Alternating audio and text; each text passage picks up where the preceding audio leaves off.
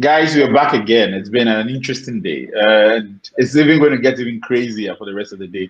An interesting schedule ahead, a lot of laughter ahead, a lot of conversations, lightheartedness, showing what is truly African and what is creative about African spirit. So I'm going to introduce Meron, who's going to take this conversation forward. And I'm just going to hide in the backstage and just laugh with you all. Meron, your audience. Thank you, Oliver. Thank you, everyone, for being here today. I hope you've been enjoying the conference so far. I'm really excited to moderate this next panel today, which is on arts. To briefly introduce myself, my name is Meron. I'm originally from Ethiopia, and I am one of the organizers of the conference. And I had the pleasure also of curating this arts panel. And I'm really looking forward to hearing from all of our speakers because they all represent different angles of the arts space and different artistic talents as well. And I really look forward to hearing their insights and their take on the role that art has had throughout history and most recently on the continent to push towards positive change and strides of change. So in the main theme of this panel is really around discussing the production and consumption processes of the different forms of art across the continent. We all know that historically African art has been misused, and our stories have been narrated by individuals that were not from the continent. And so it's really important that now the most recent generations are really trying to reappropriate our own artistic capabilities and use that to push for positive change.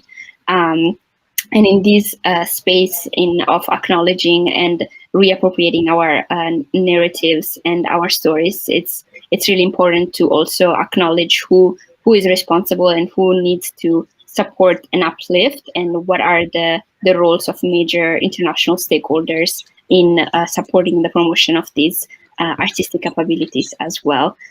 So without further ado, we have very little time and a lot of very exciting speakers. So I want to make sure that we get to hear from all of them. I'll briefly introduce all of them. Today we have on this panel Tuma Basa, who is the director of Black Music and Culture at YouTube, and previously he has also worked at Spotify, where he was the curator of one of the most popular playlists on Spotify called Rap Caviar. And he has also worked for other major entertainment organizations like BET and MTV and Revolt. So very exciting to have Tuma with us here.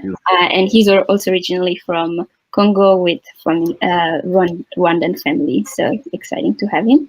The next speaker is Cyrus Kabiru, who is a well-recognized visual artist from Nairobi, Kenya. And he's known especially for his eyewear sculptures, which are made of recycled material, and his work has also been featured in international galleries across the globe. We also have Hamid Ibrahim today, who was born in Uganda, raised in Kenya and the UK, and then in university he studied 3D modeling and animation. And after he was able to work as a CG artist for some of the biggest blockbusters in Hollywood, including The Lion King. And he's also the founder of Kugali Media, which is a digital entertainment organization, which he is the co-founder and the director of creativity for. And the organization has tried to use augmented reality and comic books and other forms of digital entertainment to really tell African stories and expand the reach of the stories internationally as well. Then we have Lineo Segoete. I hope I pronounced it well.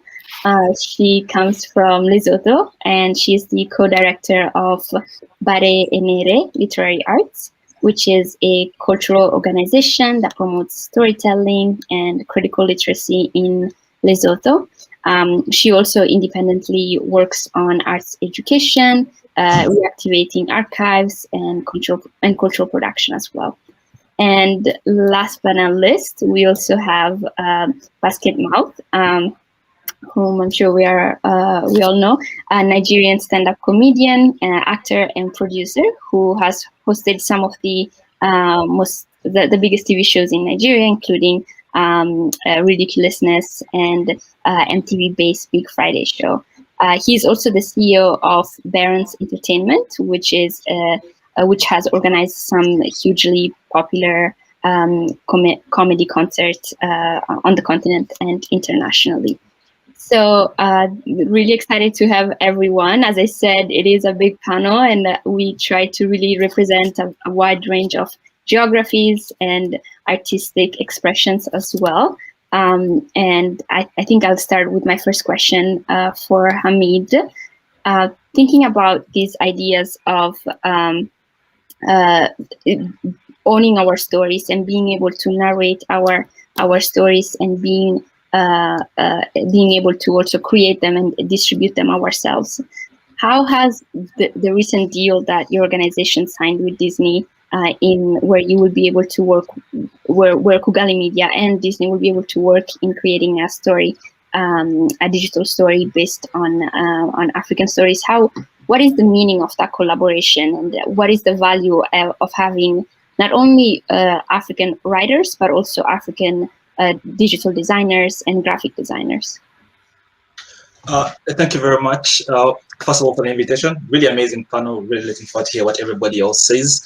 In terms of the deal with Disney, it's one of the things where there's very many levels of wins that came. The first one was just the fact that this is the first time any company in history, not just Black, not just African, any company in history has managed to close a deal with Disney Animation to collaborate on an animation. That's a big deal, right? That means Africa is paving the way forward. That's what's following, which tends to be a thing Africa does a lot, right? So that was a very big thing for us. So that's the first thing first. Second thing is, when we started off with Kugali, I took a big risk, kind of jumping out from a job of my dreams to do this. And it was more of a thing of, let me try my best to bring African visual styling forward. And then you see some pitfalls where most of the time, even me growing up in Uganda, right? If you're doing something in the arts, it's very discouraged. Pretty much, if you're an artist, right? This used to be the quote. You're studying art to be an art teacher. People don't see it like it has a big future ahead of it. And deals like this show that there's a future, right? Now, I can go back and show clear evidence of my career, for example, right? And even the deal with Disney, meaning we are working with people who are in Africa who never thought to have this opportunity. They're working with Disney right now on doing this thing. So it's a very big thing in terms of motivating the next people who come after us. They have an argument they can take back to their African parents in that, hey, look at you guys doing it. And push everything forward. So that's big in that level. And the third one is in terms of experience and demystifying the big companies. Nothing I noticed was, at least for the first, because I was in industry already before I did that deal, and most of the people I was training in Kugali, because instead of Kugali, most people I had to train them up to get as good as they wanted them to get. And there was that thing where there was a lot of mystique to people who work in the big industries, like for example, Disney, even the big films that worked on, right? There's a sense of like, oh my God, like how is it even possible? But now when they're working with them, you kind of see them as just other human beings, and that raises the belief of the artists themselves in that they can get to that level where it becomes, they've been in these rooms now, right? They know how things go in these rooms, they've learned things. There are a lot of things you learn from experienced people in the bigger stages, right, as well. So it's just very many wins in just that one small package there. So it does mean a lot in all those levels I've set it out right there. Mm-hmm. Yeah.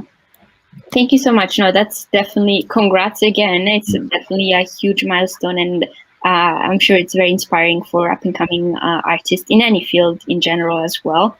And you definitely raised a good point in regards to how bigger organizations can really contribute and support these up-and-coming artists and just artistic organizations in general. And I think that would lead me to my next question for Tuma as well. Yeah. As you have worked yourself as well with some of the major players in the art space, particularly in the music space. And I think one question that I had for you was more in regards to also how can we make sure that Black or African and African descent artists can have a seat at the table when it comes to the decision making, not just in the production, but really at the leadership space as well. How do we make sure that these large organizations are allowing that, instead of having individuals that are just not related with the art itself. I think Hamid addressed some of that just a second ago, but what I'll do is expand on what he was saying. Is kind of like a cultural adjustment, right? And familiarity, not just with the culture of the existing culture and how you can be an agent of change, but also understand their interests, right? Because these people in these organizations have a lot of discretion, right? So if you don't understand their interests or how they operate, or I don't want to say you don't stand a chance, but they use their discretion to keep it moving and work with other people, etc., or keep things the way they are because it benefits them, right? So the thing is this. So a big part of that is learning how these places operate and being able to navigate within them. You know, it's just the same if someone threw me in the middle of, I don't know, whichever neighborhood in whichever city, you know, that's it. That's my answer.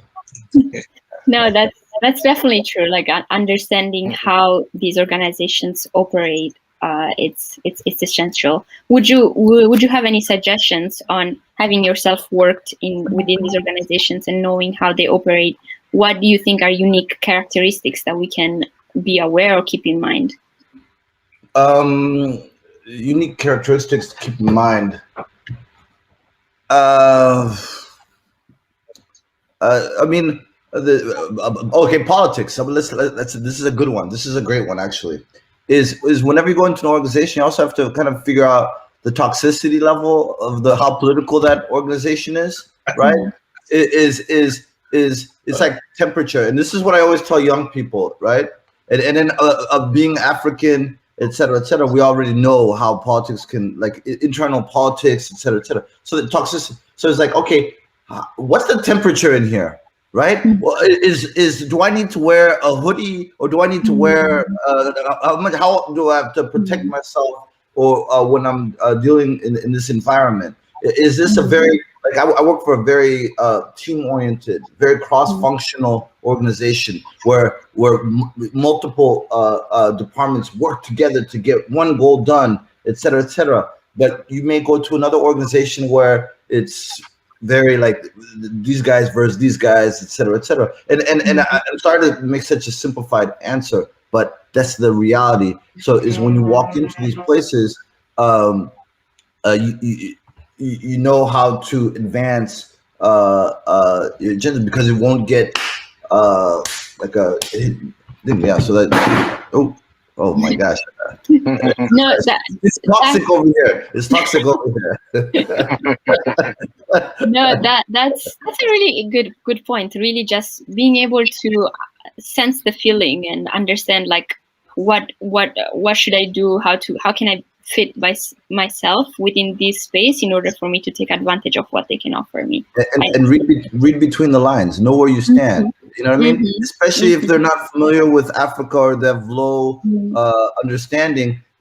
Is if you want to have change, then what you're going to do is you're going to be that translator, that teacher, and which might be extra work. And you have to understand, like, okay, it's going to require additional, effort because of the learning curve. So you might be that pioneer. And guess what? Wait, one more point. You may not benefit from your pioneering efforts. It might be the next generation. It might be the next generation. So you also have to understand some of the sacrifice that comes with the unknown, Yeah, no, really good point. And actually, speaking of learning curve and just the next generation, another point that I wanted to talk about with Lineo was about education in general and the art and the role that arts education can have in allowing younger generations and upcoming generations to be more aware. And actually, Hamid also raised that point earlier on. In African households, there is like stigmatization of arts in general, and like as a career that it's not worth pursuing or something like that. So how can we make sure that both educators and students can receive better arts education? First, it starts with advocacy, I think. For a long time in Lesotho, people who showed an interest in the arts were, I don't know, people who could afford it. You know, it wasn't mainstream like in other places where you know that arts is part of the school curriculum. That's only happened in recent years, where the government has finally seen a need for arts education on a larger scale. And I think it also depends on